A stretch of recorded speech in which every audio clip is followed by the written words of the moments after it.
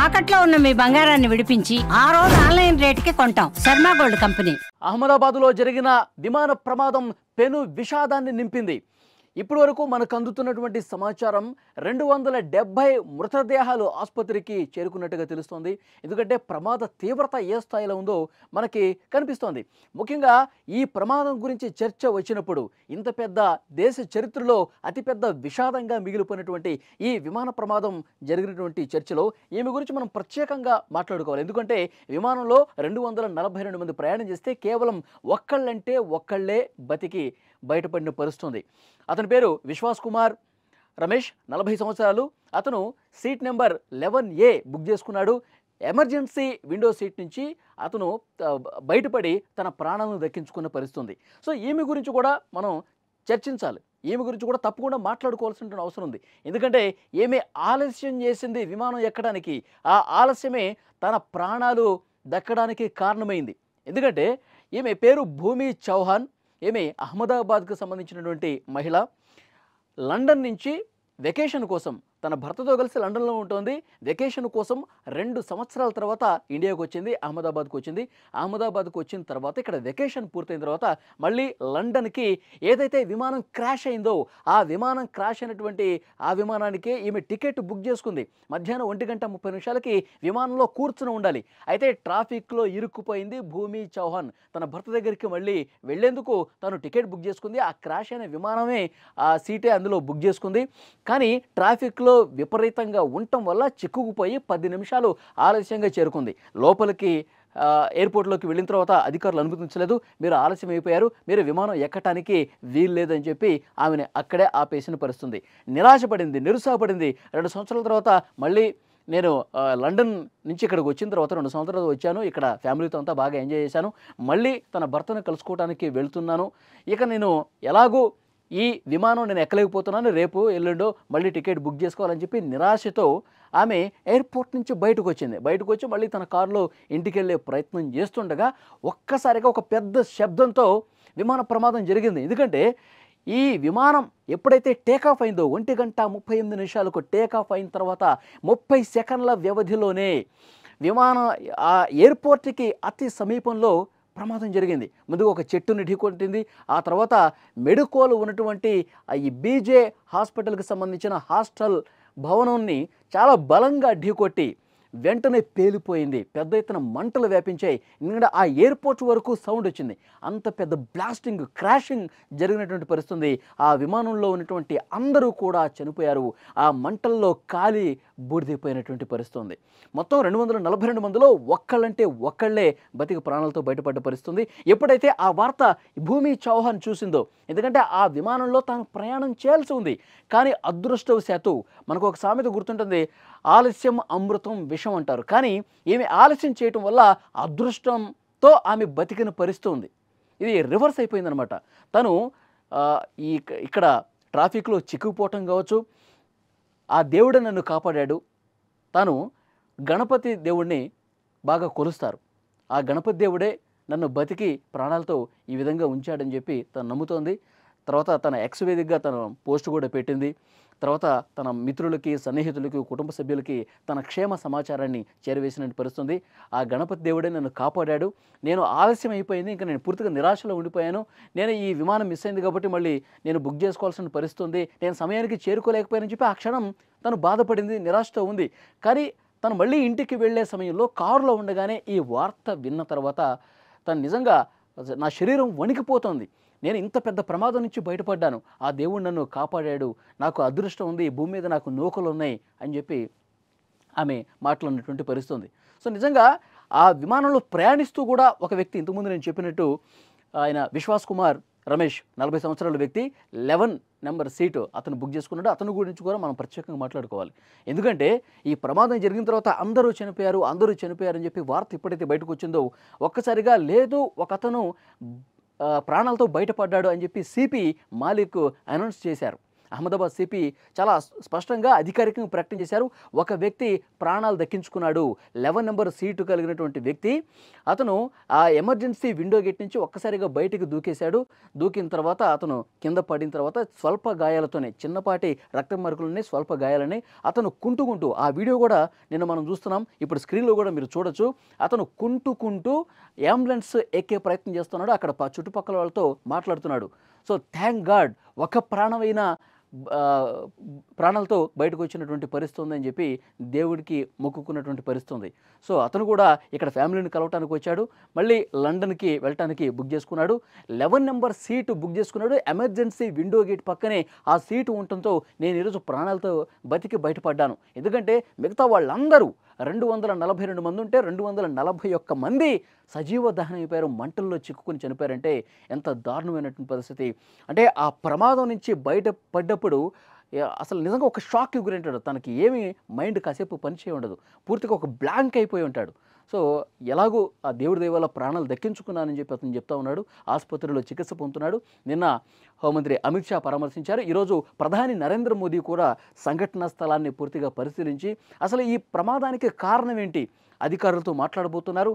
నిష్పక్షపాతంగా దర్యాప్తు చేయండి, కారణం ఏంటి, ఇది సాంకేతిక సమస్య వల్ల ఈ ప్రమాదం జరిగిందా లేకపోతే వేరే కారణాలు ఏమన్నా ఉన్నాయా, ఇవన్నీ కూడా బయటికి రావాల్సి ఉంది. ఇప్పుడే అధికారులకు ఆదేశాలు జారీ చేశారు. నిష్పక్షపాతంగా విచారణ కూడా ప్రారంభమైనటువంటి పరిస్థితి ఉంది. సో ఇప్పుడు చర్చ అంతా ఒక విషయం గురించే జరుగుతుంది.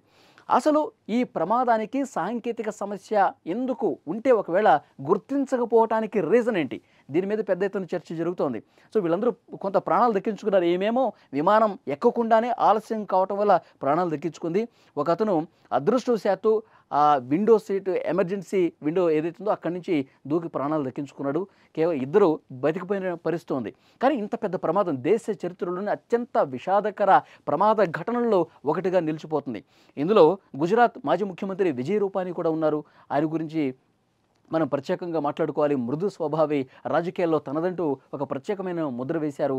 తన కుమార్తె అక్కడ లండన్లో ఉన్నారు, వారిని కలవటానికి వెళ్తూ ఉన్నారు విజయ్ రూపానీ. సో ముందుగా ఆయన ఈ విమానంలో లేడని చెప్పి కూడా ప్రచారం జరిగింది. ఆ తర్వాత ఆయన టికెట్ బుక్ చేసుకోవటం, బోర్డింగ్ అయినట్టుగా కూడా కొంత సమాచారం బయటికి రావడంతో ఆ మృతుల్లో విజయ్ రూపానీ కూడా ఉన్నారు అని చెప్పి అప్పుడు అఫీషియల్గా అనౌన్స్మెంట్ వచ్చింది. సో ఇప్పుడు ప్రస్తుతం చర్చ అంతా కాక్పిట్ వాయిస్ రికార్డర్లో ఏముంది, cockpit voice recorder black box, ఆ కాక్పిట్లో ఎందుకంటే ఏదైనా ప్రమాదం జరిగినప్పుడు, ప్రమాద సంకేతం వచ్చినప్పుడు వెంటనే అత్యవసర పరిస్థితి వచ్చినప్పుడు ఏటీసీకి సమాచారం అందిస్తారు. మేడే మేడే మేడే అని చెప్పి. మేడే అంటే ఇది ఒక ఫ్రెంచ్ పదం, నాకు సహాయం చేయండి అని దీని అర్థం. సో విమాన ప్రమాదాల్లో కావచ్చు, నౌక ప్రమాదాల్లో కావచ్చు, మేడే అనేది చాలా ఇంపార్టెంట్ ఉన్నటువంటి కీలకమైనటువంటి వాయిస్ అనమాట. మేడే అని చెప్పి 3 సార్లు ఏటీసీకి వచ్చింది ఇన్ఫర్మేషన్. ఏటీసీ రియాక్ట్ అయ్యేలోపే పెద్ద బ్లాస్ట్తో ఈ విమాన ప్రమాదం జరిగినటువంటి పరిస్థితి ఉంది. ఇప్పుడు పైలట్, కోపైలట్ విమాన ప్రమాదం జరిగిన సమయంలో ఏం మాట్లాడారు, ఈ ప్రమాదం జరుగుతుందని చెప్పి వాళ్ళు గ్రహించినప్పుడు, ఎందుకంటే 650 మీటర్ల ఎత్తుకి, అడుగుల ఎత్తుకి వెళ్ళినప్పుడు విమానం ఒక్కసారిగా టేకాఫ్ పరిపూర్ణంగా జరుగుంటే కనుక ఆ 650 అడుగుల నుంచి ఇక పైకే ఎగురుతుంది. కానీ 650 అడుగుల తర్వాత మెల్లమెల్లగా కిందికి దిగిపోతూ చెట్టును తగిలి, ఆ తర్వాత ఆ మెడుకోలు ఉన్నటువంటి హాస్టల్ భవనాన్ని బలంగా ఢీకొట్టి క్రాష్ అయిపోయి అందులో ఉన్నటువంటి ప్రయాణికులు కావచ్చు, స్టాఫ్ కావచ్చు, అందరూ కూడా కాలి బూడిదైనటువంటి పరిస్థితి ఉంది. సో ఆ కిందకి జారిపోతున్నటువంటి ఆ పర్టికులర్ ఆ సమయంలో పైలట్, కోపైలట్ ఏం మాట్లాడుకున్నారు, ఏటీసీకి ఎలాంటి ఇన్ఫర్మేషన్ ఇచ్చారు, ఇదంతా కాక్పిట్ వాయిస్ రికార్డర్లో నిక్షిప్తమై ఉంది. సో ఇప్పుడు అధికారులు ఆ కాక్పిట్ వాయిస్ రికార్డర్ ఆ శిథిలాల్లో ఎక్కడుందో వెతుకుతూ ఉన్నారు. ఎందుకంటే ఆ భవనాన్ని బలంగా ఢీకొట్టినప్పుడు ఆ ఏరోప్లేన్కు ఉన్నటువంటి ఆ టైర్లు కావచ్చు, విడిభాగాలు కావచ్చు, అన్నీ కూడా తునాతునకలైపోయింది, మంటల్లో కాలిపోయినటువంటి పరిస్థితి. అంత పెద్ద ఎత్తున బ్లాస్ట్ ఎందుకు వచ్చింది, అంత విపరీతంగా మంటలు ఎందుకు వచ్చాయంటే దీనికి ప్రధానమైన కారణం అహ్మదాబాద్ నుంచి లండన్కు వెళుతోంది. అంటే దాదాపు కొన్ని వేల కిలోమీటర్ల దూరం కాబట్టి 1,25,000 లీటర్ల ఇంధనం ఉంది. మిగతా వాహనాల్లో ఇంధనానికి దీనికి తేడా ఏంటంటే విమానంలో వాడేటువంటి ఇంధనం చాలా పవర్ఫుల్ అనమాట, చాలా హైలీ ఫ్లేమబుల్, మంటలు విపరీతంగా వస్తాయి, కాలిపోతాయి అనమాట. చెట్లు కూడా పచ్చని చెట్లు కూడా మాడి మసైపోయేటువంటి పవర్ఫుల్ ఇంధనం విమానాల్లో వాడతారు. సో అలాంటిది మనిషి శరీరం పూర్తిగా కాలిపోయి బూడిదపై గుర్తుపట్టని స్థాయిలో బూడిదైపోయిన పరిస్థితి ఉందంటే చాలా మృతదేహాలు అసలు కనిపించకుండా పోతున్నటువంటి పరిస్థితి. అంత దారుణంగా ఉందంటే ఆ ఇంధనం అంత హైలీ ఫ్లేమబుల్ కాబట్టి, అంత పవర్ఫుల్ ఇంధనం కాబట్టి ఈ స్థాయిలో పెను విషాదం జరిగినటువంటి పరిస్థితి ఉంది. సో డెఫినెట్గా 1,25,000 లీటర్ల ఇంధనం ఒక్కసారిగా మండేసరికి భవనాన్ని ఢీకొట్టిన తర్వాత నిప్పులు అక్కడ కక్కుతూ పూర్తిగా ఆ విమానం దగ్ధమైపోయినటువంటి పరిస్థితి ఉంది. పెద్ద ఎత్తున పొగొచ్చింది. విజువల్స్లో మనం చూస్తున్నాం. ప్రమాదం జరిగినప్పుడు ఒకళ్ళు ఫోన్తో కూడా చిత్రీకరించారు. విమానం కిందకి ఇట్లా జారిపోతూ పడిపోతున్నప్పుడు వీడియో మనకు కనిపిస్తుంది. మంటలు వచ్చేటువంటి వీడియో కూడా మనం చూస్తున్నాం. పెద్ద ఎత్తున పొగలు అలుముకున్నాయి. అక్కడ ఏదైతే ఆ హాస్టల్ భవనాన్ని ఢీకొట్టిన ఆ ప్రాంతంలో కూడా అక్కడ ప్రత్యక్షంగా చూసిన వాళ్ళు భయంతో పరుగులు పెట్టినటువంటి పరిస్థితి కూడా చూసాం. ఎందుకంటే అంత పెద్ద స్థాయిలో బ్లాస్ట్ జరిగింది. అంత పెద్ద ఎత్తున ఆకాశాన్ని తాకేటువంటి మంటలు చెలరేగినటువంటి పరిస్థితి ఉంది. సో 241 మంది కూడా కాలి బూడిదైపోయారు, మసైపోయినటువంటి పరిస్థితి. వీళ్ళు మాత్రమే కాదు, ఆ భవనంలో ఎవరున్నారు? ఆ హాస్టల్ భవనంలో మెడికల్ ఉన్నారు. ప్రాక్టీస్ చేస్తున్నటువంటి వాళ్ళు, వాళ్ళ ఫ్యామిలీ మెంబర్స్ కూడా ఉన్నారు. 60 నుంచి 70 మంది వరకు ఉన్నారంట. సో వాళ్ళు కూడా అసలు వాళ్ళ లెక్క ఏంటో కూడా ఇంకా తెలియాల్సిన అవసరం ఉంది. 20 మందికి పైగా ఇప్పటివరకు చనిపోయినట్టుగా తెలుస్తుంది. ఇంకా వివరాలు రావాల్సి ఉంది. ఇంకా పూర్తిగా వెలుగు తీస్తూ ఉన్నారు. మృతదేహాలకు సంబంధించి DNA టెస్టులు చేస్తూ ఉన్నాయి. కుటుంబ సభ్యులకు అప్పగించాలంటే మృతదేహం గుర్తుపట్టలేని స్థితిలో ఉంది కాబట్టి వాళ్ళు DNA టెస్టులు చేస్తూ ఉన్నారు వాళ్ళ కుటుంబ సభ్యులకి అందించడానికి. ఇంకా ఈ మెడికల్ కూడా, ఈ డాక్టర్స్ కూడా 60 నుంచి 70 మందిలో ఎంతమంది క్షతగాత్రులు ఉన్నారో, ఎంతమంది వరకు బతికి బట్ట కట్టే పరిస్థితి అనేది కూడా తెలియని సిచ్యువేషన్ ఉంది. సో ఇప్పటికే టాటా సంస్థ స్పందించింది. టాటా ఎయిర్లైన్స్ ₹1 కోటి ఎక్స్గ్రేషియా కూడా మృతుల కుటుంబాలకు ప్రకటించినటువంటి పరిస్థితి ఉంది. ఈరోజు ప్రధానమంత్రి సంఘటన స్థలాన్ని పరిశీలిస్తారు. ఆసుపత్రిలో చికిత్స పొందుతున్న ప్రాణాలతో బయటపడ్డ వ్యక్తి అతను కూడా పరామర్శించి కొన్ని వివరాలు తీసుకునేటువంటి అవకాశం కనిపిస్తుంది. ఇంకా డాక్టర్స్ కొంతమంది క్షతగాత్రులు ఉన్నారు. వాళ్ళను కూడా ప్రధానమంత్రి వాళ్ళు పరామర్శిస్తున్నారు. ఇంత పెద్ద విపత్తు నుంచి, ఇంత పెద్ద విషాదం నుంచి, ఇంత పెద్ద ప్రమాదం నుంచి భూమి చావ్లా ఈమె బతికి బయటపడ్డ పరిస్థితి ఉంది. ఈ భూమి అహ్మదాబాద్లోనే ఉంటారు. అహ్మదాబాద్లోనే పుట్టి పెరిగారు. 2 సంవత్సరాల తర్వాత వెకేషన్ కోసం వచ్చారు. తన భర్తతో కలిసి లండన్లో ఉంటుంది. వెకేషన్ కోసం 2 ఏళ్ల తర్వాత లండన్ నుంచి ఈ భూమి చావ్లా అనేటువంటి మహిళ వచ్చారు. వెకేషన్ పూర్తయిపోయింది. తిరుగు ప్రయాణం అవుతున్నారు.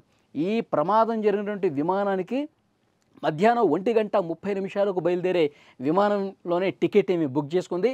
ప్రాణాలు దక్కించుకుంది. ఆలస్యం కావటం వల్ల ట్రాఫిక్ లేట్ అయిపోయింది అని చెప్పి హడావుడిగా హరీబరీగా ఆమె ప్రతి సిగ్నల్ దగ్గర నేను త్వరగా వెళ్ళిపోవాలి, ఎయిర్పోర్ట్కి త్వరగా వెళ్ళాలి, విమానం త్వరగా ఎక్కాలి, నా ఫ్లైట్ మిస్ అయిపోతుందని చెప్పి ఆందోళనతో ఆతురతో పడుతుంది. కానీ ఆ ఆందోళన, ఆ ఆతురత ఆమె ఏదైతే ఇబ్బంది పడుతూ ఉందో దాని వెనకాల ఆ లేట్ కావటం అనేది ఎంత మంచి చేసిందో చూడండి. ఆమె ఆ ఫ్లైట్ ఎక్కి ఉంటే గనక ఈరోజు ఈమె కూడా మృతుల లిస్టులో చేరేది. కానీ ఆ దేవుడే నన్ను బతికించాడు, నేను కొలిచే ఆ గణేశుడే బతికించాడని చెప్పి ఈమె ఆ బాడీ షేక్ అయిపోతుంది మాట్లాడుతున్నటువంటి వీడియో చూస్తుంటే. ఆ దేవుడు నన్ను బతికించాడు, మరొకసారి విమానంలో ప్రయాణం చేయాలంటే నా వెన్నులో వణుకు పుడుతుందని చెప్పి ఈమె మాట్లాడుతున్న పరిస్థితి. నిజంగా ఈమెకి అదృష్టం ఉంది, ఇంకా భూమి మీద నౌకలు ఉన్నాయి కాబట్టి బతికిందని చెప్పి వాళ్ళ కుటుంబ సభ్యులు కూడా చెప్తున్నారు. సో డెఫినెట్గా మరొక వ్యక్తి 11 నెంబర్ సీట్ దగ్గర ఉన్నటువంటి విశ్వాస్ కుమార్ రమేష్, 40 సంవత్సరాల వ్యక్తి. అతను కూడా లండన్లో ఉంటున్నాడు. ఇక్కడ భారతీయ సంతతికి సంబంధించినటువంటి వ్యక్తే. అతను కూడా ప్రాణాలు దక్కించుకున్నాడు. ఈరోజు అతన్ని పరామర్శిస్తారు ప్రధానమంత్రి మోదీ.